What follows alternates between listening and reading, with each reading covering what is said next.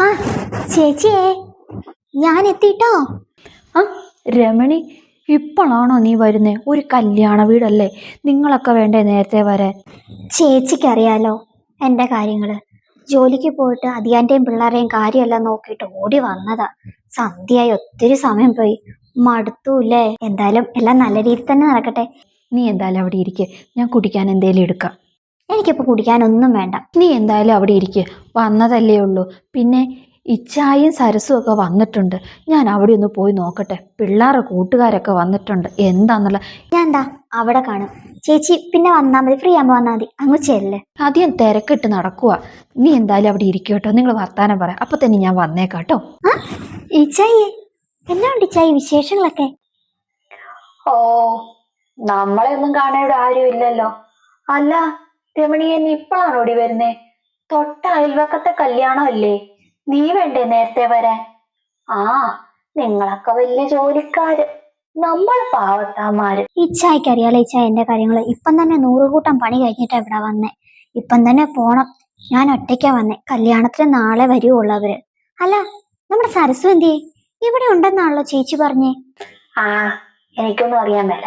ഞാൻ ഇവിടെ തന്നെ ഉണ്ട് ചേച്ചി. ഞാൻ എന്താ അവിടെ വരെ പോയതാ. ആഹാ, നീ മക്കളെ കൊണ്ടുവന്നില്ലേ? മക്കളെ ഒന്നും കൊണ്ടുവന്നില്ലെന്നേ, ഞാനിപ്പം തന്നെ പോകും. വന്നിട്ട് കുറെ നേരമായി. അല്ല സരസു, നീ പെങ്കൊച്ചിനെ കണ്ടോ? പെണ്ണുതാ അവിടെയുണ്ട്, കൂട്ടുകാരൊക്കെ വന്നിട്ടുണ്ട്, നല്ല തിരക്കാ. പാവം ഒരു പെങ്കൊച്ച്. ആ, നല്ല ജീവിതം കിട്ടട്ടെ അതിന്. ഇപ്പത്തെ കാലത്ത് ജീവിതമൊക്കെ എന്താവുന്ന പോലും അറിയില്ല. നമ്മുടെ കൺമുമ്പിൽ വളർന്നൊരു കൊച്ചായത് കൊണ്ടാന്നേ അതിന്റെ ജീവിതം എന്താവുന്ന കുറിച്ച് നമുക്കൊരു സങ്കടമല്ലേ. കുഞ്ഞിലേ തൊട്ട് നമ്മൾ കാണുന്നല്ലേ ചേച്ചി. നല്ല ജീവിതമായിരിക്കും, നമുക്ക് പ്രാർത്ഥിക്കാനല്ലേ പറ്റുള്ളൂ. പാവം, നല്ല സന്തോഷത്തിലാ.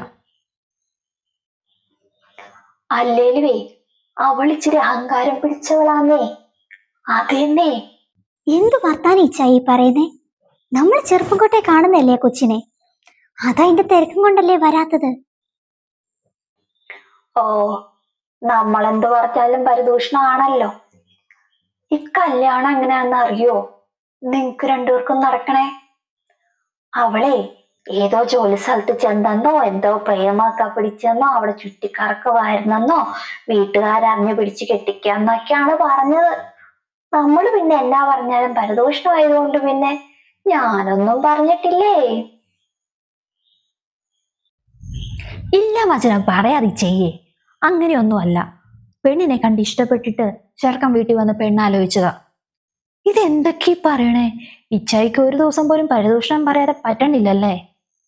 നിങ്ങളൊക്കെ അല്ലേലും അങ്ങനെയൊക്കെയല്ലേ പറയുള്ളൂ. ഓ, നമ്മളൊന്നും പറയണില്ലേ? നമ്മൾ പറഞ്ഞിട്ട് വേണം കല്യാണം മുടക്കാൻ നടന്നു എന്ന് പറയാൻ. ഞാൻ പോവാണ് കേട്ടാ, ഞാൻ പോവാട്ടോ. എനിക്കിതൊന്നും കേൾക്കാൻ മേലായേ. ഈ ഇച്ചായിക്ക് ഒരു മാറ്റവും ഇല്ലേ ചേച്ചി? പരദൂഷണം പറയാതെ ഒരു ദിവസം പോലും ഇച്ചായിക്ക് ഇരിക്കാൻ പറ്റണില്ലെന്ന് വെച്ചാ വെറുതെ അല്ല, വീട്ടിൽ നിന്ന് പെൺപിള്ളാരും അടുപ്പിക്കാത്തത്. മക്കളെ പറ്റി മരുമക്കളോടും മരുമക്കളെ പറ്റി മക്കളോടും കുറ്റം പറഞ്ഞോണ്ടിരുന്ന അവര് സമ്മതിക്കുവോ? എന്നാ സ്വഭാവമാണോ? എന്തായാലും പോയി. ആ പാവം ചേച്ചി കേൾക്കണ്ട. ഒരു വിശേഷ ദിവസം വന്ന എന്തൊക്കെ കുറ്റം, ഇല്ലാവചനങ്ങൾ മുഴുവൻ പറയും. ഇച്ചായുടെ ഒരു സ്വഭാവം. പോയി പോയി.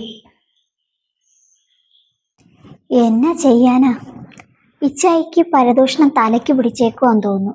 ഒരു ദിവസം ആരെക്കുറിച്ചെങ്കിലും പറഞ്ഞില്ലേ ഉറക്കം വരില്ല അതിന്. എന്നാ സ്വഭാവമൊക്കെയുള്ള മനുഷ്യരാണോ ഈ ലോകത്ത്? ഇല്ലാവചനം പറയുന്നേ, അത് നമ്മൾ നേരത്തെ തൊട്ട് കണ്ടു വളർന്ന കൊച്ചിനെ. പാവമുണ്ട്, അവരെങ്ങനെയാ കൊച്ചിനെ കെട്ടിച്ചു വിടുന്നെന്ന് നമുക്കൊക്കെ അല്ലേ അറിയൂ.